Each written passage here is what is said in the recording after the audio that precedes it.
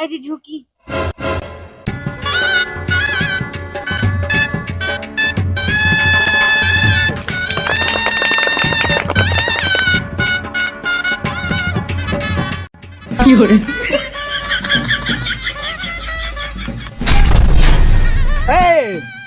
खाली पंडित जी का गरियाबू लगिन पीछवा हमार बाबू बाड़े इनका का काहे खुला।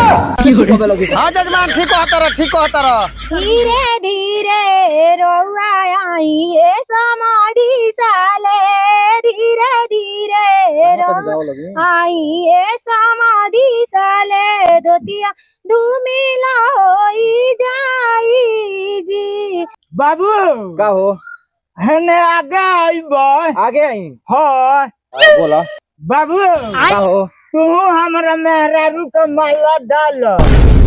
मेहरारू को माला डाली। हाँ अरे हमें पतो लगी पतो लगी ससुर का पतो के माला डाल सा आ का करे के बा एक बेर ना डाल देबा ना डाले पाइन ससुर पतो हमें माला डाल सा ना कान कटवाए चलल बड़े साफ चपाटे बाड़ा हूँ। ए जी रो साफा बकलोले बनी। पापा जी रो हमरा माला मत डाल। मम्मी रो आगे आई।